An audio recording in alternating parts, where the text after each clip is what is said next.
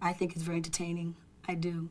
But I love music. I love to hear the voice, the human instrument.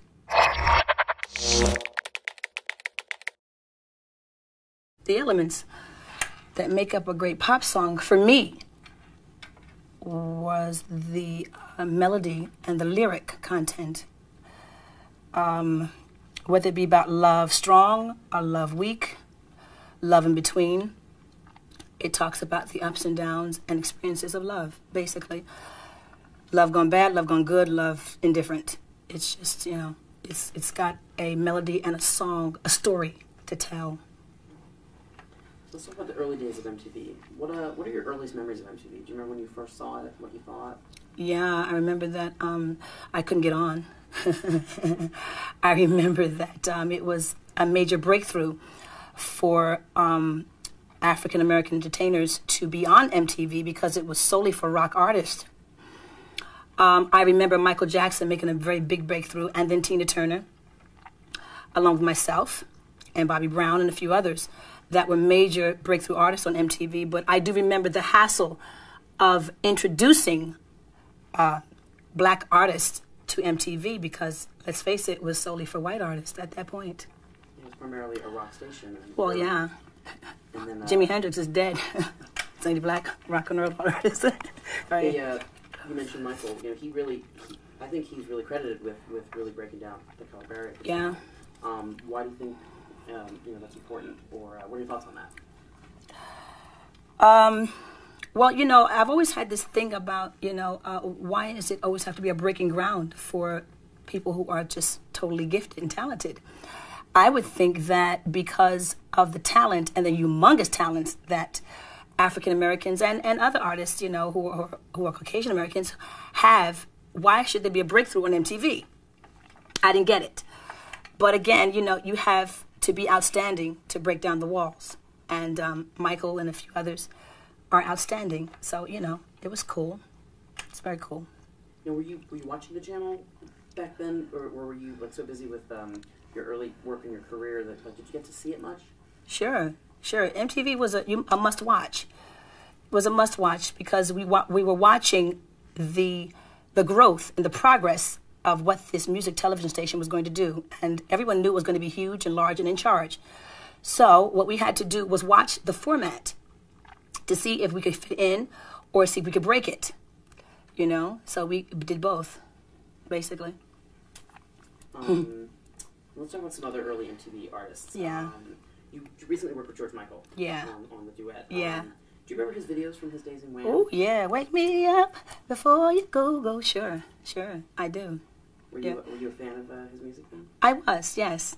I thought, he was very cute and adorable and very poppy, very catchy, The George Michael, 5 or 6, 7 years from that point, from Wham, was totally different. He grew up and became this phenomenon, who talked about things that people really didn't want to talk about. What did you think of his solo work? What did you think of him breaking away from, it was kind of risky, I would assume, but what did you think of his solo work? Anytime you break away from a group, it is risky, unless you are the group. And let's face it, George Michael was the group. So him breaking away and doing a solo thing was, not a surprise, but, definitely a phenomenon because he took off like, whoof, just skyrocketed. His first big solo success was with a video and song called I Want Your Sex. Mm-hmm. And despite its pro-monogamy message, it caused this huge uproar because it debuted on MTV just as the AIDS crisis was making headlines around the world. But do you remember that period? What do you remember about that? And how people reacted to his video and his song? Well, I think we have to remember that it was the first kind of big impact of AIDS. It was like, wow, what is this thing, what are we dealing with here, this HIV virus thing, and I'm sure George Michael didn't have an in on whether AIDS was going to be large, and in fact, it was. I don't think that he did a song, to oppose it or, be in opposition of it. I think his song came out and then there was this AIDS thing, you know what I mean? I don't think that, he condoned it or anything. I just think basically it was just by coincidence, that happened. But who could stop AIDS, you know, from doing what it did? So this was the late 80s, and around that time, or actually a couple years later, there were a few very, very successful producer-driven dance pop acts, like CNC Music Factory, Technotronic. Sure. And they were often fronted by these sort of skinny little model types who weren't actually even singing. Yeah. As a true vocalist, what did you think about that when all that? Shame, shame, shame, shame on you. Yeah, because you know I know. For instance, CNC Music Factory, Martha Wash was the singer on that record. And when we saw the video, we saw a very, you know, cute little dark-skinned child singing the song, which we knew it wasn't her. I certainly knew it wasn't her because I know Martha Wash from years ago, and the woman can sing, and you can't mistake that voice. So to me, it was like, well, wow, you know, you made a hit song off of this woman's voice. How come we can't see her? What's the big deal? Because she's a heavy-set woman with a beautiful face and this gigantic, fabulous, tremendous, rock-kicking-ass voice. What's the problem? You know, is it the image situation? Well, today I know that there are beautiful, big women who can sing, and we love them. You know, why are we afraid to hear the truth? Right around the same time that all this happened was the whole sort of Milli Vanilli scandal. Do you think? How much do you think all those stories and all that, like, hurt pop's credibility, if at all?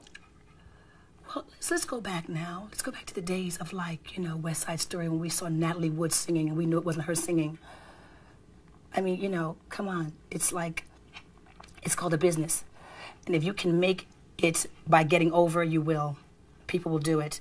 If you can make a song and claim that, you know, you sang it and you didn't sing it and nobody knows the difference unless they're in the studio with you, what does it really matter until you get busted?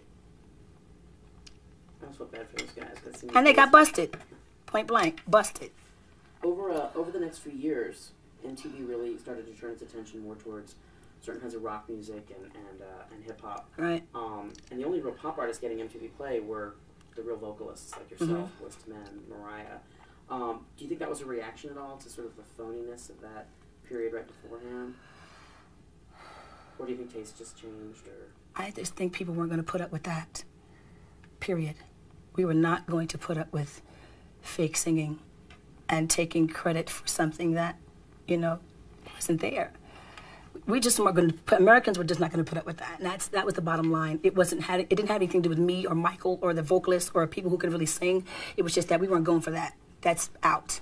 That's out. This is called music. It's called singing. It's called entertainment. Then let's do that.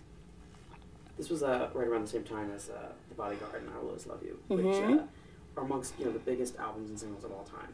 Yeah. And to this day, still, and probably forever. Why do you think that music touched people in such a strong way? Again, you know, it's I'll Always Love You tells a story. You can't beat lyrics like Bittersweet Memories, That's All I'm Taking With Me, So Goodbye, Please Don't Cry. We both know I'm Not What You Need, and I'll Always Love You. You can't beat lyrics like that, and you can't beat a melody as beautiful as I'll Always Love You, really, or The Greatest Love of All. You know, songs like that, they are stories that people can identify with. You know what I mean? Anybody. Children were singing this song at graduations, at weddings, at funerals. You know, it was just an overall emotional feeling that you could deal with on all levels. You know? Let's talk a little bit more about some of your own work. What do you remember about your own first music videos on MTV? Ooh. Do you remember the first time you saw one of your own clips on the channel? Yeah. I remember trying very hard to get You Give Good Love on MTV, and they weren't accepting it because it was very, very R&B kind of song. And then I remember coming out with Saving All My Love For You, and it hit so hard and exploded so heavy that they had no choice but to play it. I love it when they have no choice. I love it. I love it. I was in high school then, so don't blame me. Okay. I would play it. Okay. How important do you think MTV, you know, once, you know, Saving All My Love For You and then How Will I Know, which was just huge on the channel. Yeah. How important do you think that was into, you know, taking your career, you know, to another level? We're talking about, like, you know, we're talking about around the era of Madonna and the Prince, Michael Jackson, Bobby Brown, and the whole, the image was starting to become very imagey.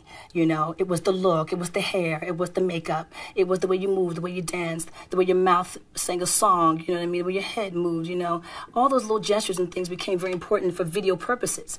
You know what I mean? The radio, like they said, the video killed the radio star. Well, it kind of happened, you know what I mean? It really we had to be visual. And MTV made us be visual. So we had to pull it off, really. Looking back on all your videos, do you have any favorites or any you're totally embarrassed about or anything like that? That you wish you hadn't done it that way? Or There's just one video, and I love it, but my daughter looks at it and she goes, "Mom, that's you?" And it's how will I know? I looked the craziest. I had on all kinds of hair colors mixed in with other hair. It was just wild. It was very Euro, because I did it in England. And I remember coming off of tour, and I was so exhausted. I was so tired that I just remember just saying, okay, just do what you want to do with me, and I'll just do it. And when I came to, I had all this stuff on, this makeup, this wild makeup, and this silver outfit, that was itching me to death, and I kept going like this through the whole video. You don't know what I went through that day. And this hair, and that became, it was just crazy. It was just how I know. I didn't even get the concept. It was just through the video. That was very embarrassing at some points. You mentioned your daughter watching some of your clips. Yeah. Does she ever watch on TV? Do you let her watch on TV? No, I don't. Unfortunately, you guys play very explicit videos, which are very influential on little girls. And I happen to have lingerie in my room, and my daughter loves to go in and put on my shoes and my dresses. I want her to stay out of the lingerie. So I don't want her to think it's cool at the age of 8 to have to be sexy. Either you are or you aren't. There's no putting it on. And I want her to naturally be aware of her own sexiness, and not that it takes having to, open your legs or, give us tits and ass and all that stuff to be accepted. I want her to use more than that. So I kind of refrain her from the MTV crowd until she's old enough to handle it.